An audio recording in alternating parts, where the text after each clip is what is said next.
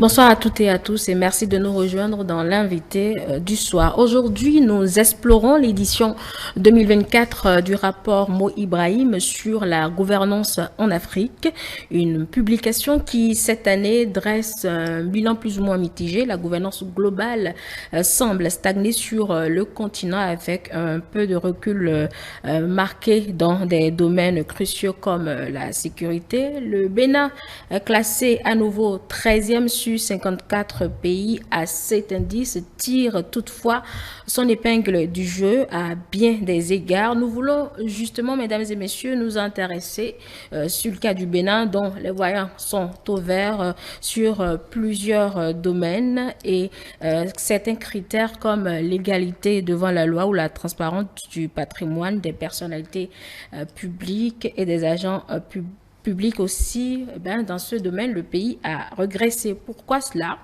Et peut-on se féliciter déjà des progrès enregistrés? Pour en discuter, nous recevons notre consultant politique ce jeudi soir. Bonsoir à vous, Agapite Napoléon Maforican. Bonsoir Angèle, bonsoir à tous les téléspectateurs.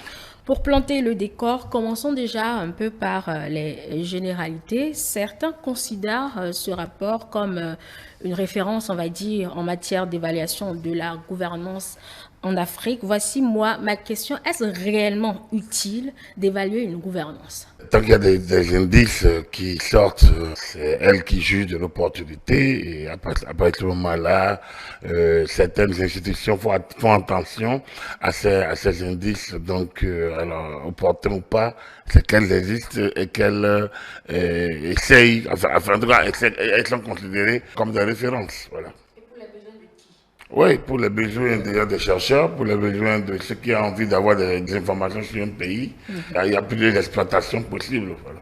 Alors, la gouvernance globale a cessé de progresser sur le continent depuis 2022, indique ce rapport. Selon vous, cela est dû à quoi? Depuis la décennie 2014 à aujourd'hui, ce n'est pas que 2022, c'est sur toute la décennie globalement, 2014 quand on prend toute la décennie 2014 à 2024, l'indice estime que la gouvernance a cessé donc d'évoluer, il y a une stagnation, des regrets à des niveaux donnés. Cela est dû à la crise de la démocratie dans le monde entier. Ce n'est pas qu'en Afrique. Vous regardez un pays comme en France, je ne sais pas si la gouvernance politique fonctionne vraiment à ce niveau, avec des déficits, avec un gouvernement qui n'a pas de majorité, avec trois partis qui se revendiquent de la légitimité du peuple, mais qui n'a pas la majorité non plus absolue. Et donc, dans un système du genre, tout est délétère. Et le gouvernement devient alors à régler un peu une sorte de terrain d'expérimentation des extrêmes. Et un président qui essaye de chercher le juste milieu. Alors, lorsque vous voyez la grande puissance française dans cette posture, lorsque vous voyez l'évolution en Grande-Bretagne, comment en moins de 5 ans l'exécutif anglais a évolué, lorsque vous voyez que c'est l'extrême droite qui domine en Italie, lorsque vous voyez un peu la précarité de la coalition qui gouverne l'Allemagne, donc vous regardez l'Allemagne et la France, donc les deux grandes démocraties de l'Europe occidentale, vous vous rendez compte que ce n'est pas si meilleur que ça. Aujourd'hui, aux États-Unis, il a fallu que Trump arrive et vous voyez tout ce qu'on dit sur son arrivée. Il est venu pour rassurer l'Américain, pas pour l'équilibre dans le monde entier. Donc vous voyez que en réalité, oui, il y a toute une crise de démocratie et dans le monde. Lorsqu'on vient en Afrique, là, c'est carrément le temps de la désillusion. C'est le temps donc des réalités auxquelles tout le monde se rend compte que la démocratie n'est pas la panacée, c'est un construit de tous les jours. Encore faudrait-il que les gens soient à la hauteur de ce construit, que les gens connaissent de quoi on parle, que les gens acceptent ce dont nous parlons, que les gens s'humilient devant la réalité de la gestion donc de ce modèle de démocratie. C'est pas si évident. Au même moment, tout numérique aujourd'hui ne permet pas aux décideurs non plus de prendre de la hauteur dans la prise de décision. Tout est rendu public. Le décideur n'a plus le temps d'analyser. Les politiques publiques ne sont plus le produit d'une analyse, d'une réflexion approfondie. Les gens sont là pour contester en même temps. Tout ça ne favorise pas une gouvernance tranquille. Je pense qu'on peut s'arrêter là. Mais vous savez, quand on regarde un peu la déclaration d'un certain nombre d'options dans la gouvernance, vous vous rendez compte que les options liées à la démocratie, à la propagation de la démocratie, aux droits et autres, c'est là qu'on a beaucoup reculé. Parce que simplement tout le monde veut que sa décision soit la décision. Tout le monde veut gagner, personne ne veut perdre. Et du coup, les politiques publiques ne sont pas toujours appréciées à bon escient. Mais lorsque la gouvernance stagne comme ça, on va finir sur les généralités avec cette question. Lorsque la gouvernance stagne comme ça depuis, enfin, sur toute la décennie, est-ce un bon indicateur, Agapit Napoléon Mafoika? C'est bien que cela stagne, donc que ça recule. Hein? Et comme je vous l'ai dit, ce n'est pas qu'au Bénin. Donc, Covid-19 est passé par là. Les crises économiques et autres, l'incertitude sur le marché international, les crises de démocratie, ce n'est pas qu'en Afrique, c'est toute une tendance mondiale. Justement, sur ces éléments, on a constaté en gouvernance globale, le Bénin a plus ou moins progressé quand même, hein, avec 3,4 points, avec un score de 58,9 points sur 100, soit 61,5 points sur les variables sécurité et état de droit. Je ne vais pas vous ennuyer avec d'autres éléments, sinon les voyants sont quand même ouverts concernant les indicateurs portant sur l'efficacité de la mobilisation des ressources fiscales, de la gestion budgétaire et financière, l'accès également à des services bancaires. Bref, au vu de ces éléments, Agapit Napoléon Mafoikan, peut-on dire qu'au Bénin, malgré toutes les critiques, eh bien, notre pays avance? C'est une évidence. On ne dirait pas qu'à Ibrahimo, on est sur les indices de le Bénin. Deuxième de l'UEMOA, troisième de l'UEMOA, premier de l'UEMOA. On n'avait pas besoin absolument de l'indice MO pour savoir que le pays avance. Le pays avance, c'est connu. Le pays est dirigé, le pays est construit, le pays est maîtrisé, le pays avance. Effectivement, le développement, comme dirait l'autre, c'est maintenant, et ça se voit à bien des niveaux donnés. Et oui, voilà, cet indice renforce encore cette perception, mais il est évident que même l'aveugle constate que le pays avance. Néanmoins, ce rapport le précise, cela pourrait peut-être permettre aux gouvernants de se conforter dans leur position qu'ils occupent aujourd'hui et dans les actions qu'ils mettent en branle. Les indicateurs sont là. La manière dont le Bénin a recouvré sa confiance sur le plan mondial. Le Bénin a aujourd'hui une image qui fonctionne. Le Bénin a aujourd'hui une voix qui porte. Le Bénin a aujourd'hui ses couleurs. Rien que la qualification à la phase finale de la prochaine CAN, rien que ça montre combien le pays est en orbite. On va me dire, mais c'est un jeu de hasard. Non, ce n'est pas que jeu de hasard. Il y a 2 ans, on cherchait un point en 2 matchs, on l'a raté. Donc, du coup, ça veut dire que les autorités ont trouvé le palliatif, ont trouvé le moyen, et c'était un groupe qui n'a pas été un groupe très facile non plus.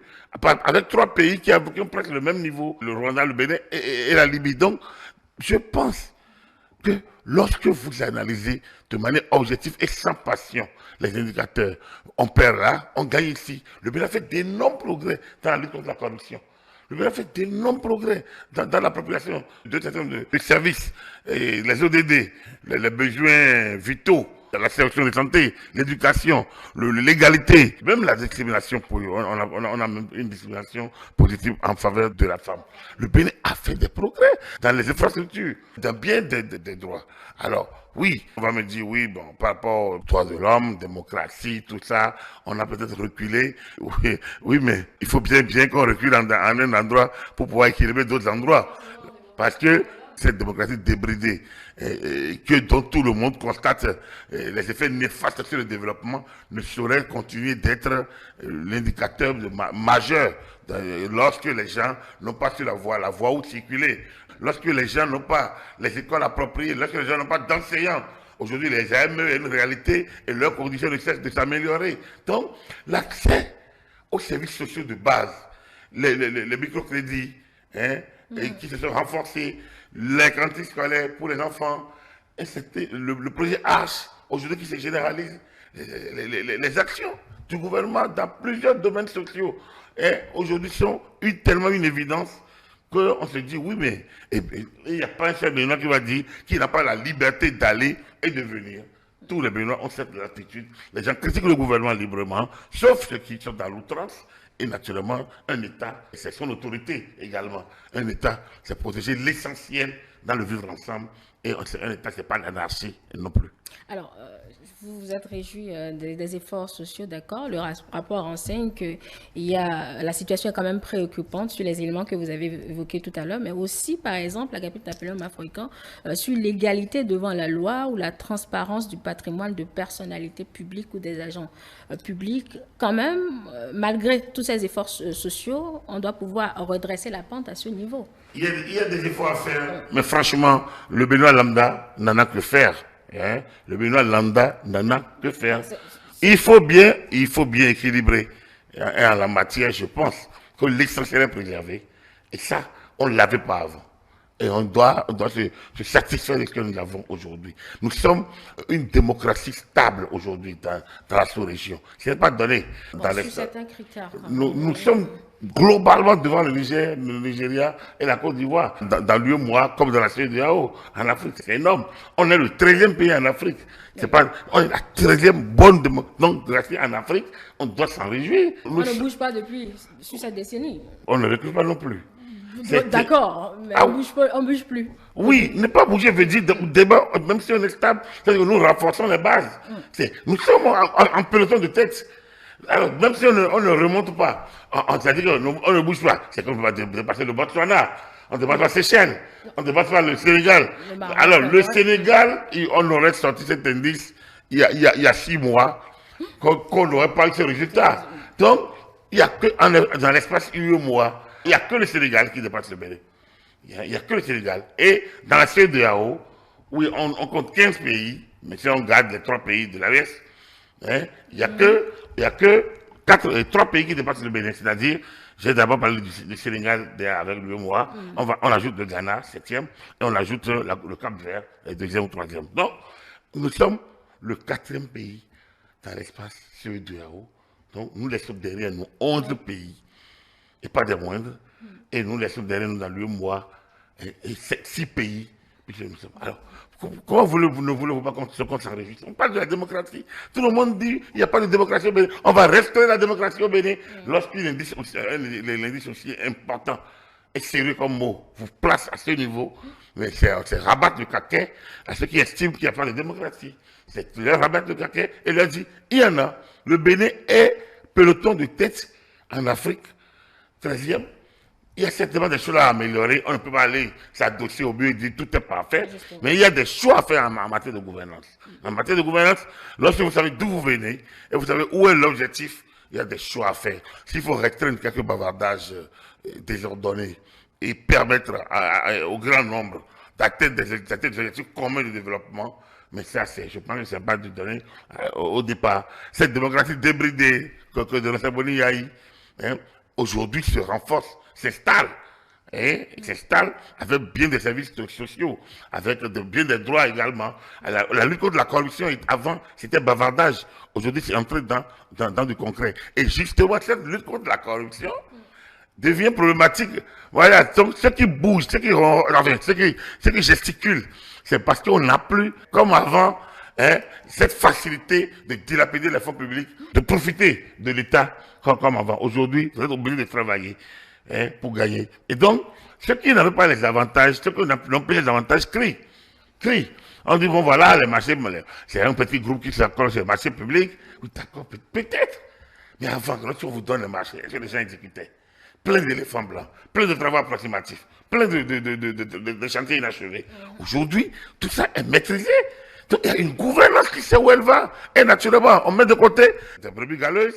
Et ces brebis galeuses, donc des livrets du bon gré. Et lorsque vous extrayez le livret fait du bruit. Donc ces brebis galeuses s'agitent, gesticulent, font du bruit. Et ça fait qu'on a l'impression que ça ne marche pas. Et donc, quand j'ai des perceptions, oui, justement, on peut avoir cette donnée-là. Mais qu'on ne se méprenne pas. Il est évident que garder cette position dans la grisaille actuelle, ce n'est pas donné à n'importe qui. Ceux qui estiment qu'il n'y a pas de démocratie, c'est un camouflet énorme pour eux que le Bénin a une bonne gouvernance, une gouvernance de qualité, qui est présente de tête en Afrique. Et donc, du coup, dans la déclaration en sous-région, elle est nettement leader dans l'espace UEMOA avec le Sénégal, dans la CEDEAO avec le Cap-Vert et le Ghana et le Sénégal. On va finir sur cette question. Il est vrai que ce n'est pas vous qui êtes à la tête de l'État, mais personnellement, Agapit Napoléon Bafouékan, sur quel chantier on peut travailler pour améliorer, peut-être égaler ceux-là, ces pays qui sont en avance sur? Faire travailler le Béninois. Faire travailler le Béninois et lui faire confiance en ses institutions. Mais je pense qu'il y a un gros travail à faire à ce niveau-là. Faire travailler le Béninois et lui faire confiance en ses institutions. On ne va pas aller chercher les institutions des autres. Là où on a fléchi, c'est là où les gens n'ont pas confiance nécessairement aux institutions. C'est pas qu'ils ont du tangible. Lorsqu'on parle du secteur justice, par exemple, mais c'est tout ce que les gens racontent beaucoup de choses. Pas parce qu'ils ont du concret, mais c'est parce qu'ils n'ont pas confiance. Hein, c'est parce qu'ils n'ont pas confiance parce qu'aujourd'hui, c'est plus difficile d'intervenir, d'interférer dans le fonctionnement de la justice qu'avant. Avant, n'importe qui peut actionner et perturber un peu le fonctionnement, ou bien alors tenter de sauver. Et comme tout le monde préfère emprunter les voies biscornues, les raccourcis, pour pouvoir se tirer d'affaire, aujourd'hui, ce n'est plus facile et ça perturbe les gens. Aujourd'hui, la lutte contre la corruption crée des situations de privation de liberté à certains ou de traque que certains estiment que ce n'est pas de la liberté. Donc, il faut qu'ils aient confiance à nos institutions. Si les gens ont confiance à nos institutions, on ne va pas tirailler sur le code électoral. Si les gens ont confiance à nos institutions, il faut se préparer et prendre les dispositions pour affronter les élections prochaines. Donc, il pose un autre problème sur le code électoral. Non, c'est la même chose. C'est la confiance à nos institutions. S'ils ont confiance, il n'y a pas de raison. Tout le monde passe sur le même pied d'égalité. C'est évident. Donc, je ne vois pas. Mais on est habitué à se lamenter. On est habitué à ne pas, parce qu'on n'a pas confiance en nos institutions. Le Béninois a besoin. Il ne peut pas dire je veux la démocratie et ne pas avoir confiance en ses institutions. Il ne peut pas dire la Constitution de 1990 est la meilleure et ne pas avoir confiance dans nos institutions. Et qu'on cesse de faire des jérémiades, de raconter des hérésies du genre de parlement monocolore, il faut. On ne peut pas faire une loi, on ne peut pas tailler une loi pour l'opposition. Dans aucun manuel de sciences politiques, ni de droit public, il est dit qu'on doit faire des lois différentes pour la majorité et des lois différentes pour l'opposition. Nous faisons la même loi, égale pour toutes, et qui vont aux élections, sur le même pied d'égalité, dans le cadre des lois qui existent. Et c'est au regard de ça que vous avez une fois au chapitre. La loi est la même pour tous. Elle est dure peut-être, mais elle est la loi pour tout le monde. Chacun doit apprendre à se mouiller pour pouvoir avoir voix au chapitre. Gagner les élections et gouverner, c'est un acte sérieux pour les laisser à des gens qui n'ont pas le sens de la gagne, qui n'ont pas la poigne, qui n'ont pas le souffle, qui n'ont pas l'engagement, qui n'ont pas la détermination, donc qui n'ont pas l'endurance. Il faut des gens virils dans la tête et dans l'action pour pouvoir gouverner. Alors donc, s'ils sont frêles, il ne peut pas avoir cette posture. La gouvernance est trop sérieuse. Et je pense qu'il faut que chaque Béninois se mobilise en la matière, en sachant que gouverner, c'est un acte trop sérieux pour être confié à des immatures. Merci à vous, Agapit Napoléon Bafouékan, pour ces analyses sur ce sujet. Mesdames et messieurs, pour vous qui venez de nous prendre au vol, nous étions en train de décrypter un peu ce rapport de l'indice Ibrahim-Mo, qui, sur la gouvernance au Bénin, place le pays en 13e position sur 54 États en Afrique. Et dans la CEDEAO, le Bénin occupe la 2e position. C'est tout. Dans le mois, la 3e position et la 4e position au niveau de la CEDEAO. Voilà. Merci de nous avoir suivis. Nous étions en direct du studio François-Xavier en ligne. Nos programmes se poursuivent. E-Télé avec vous, pour vous.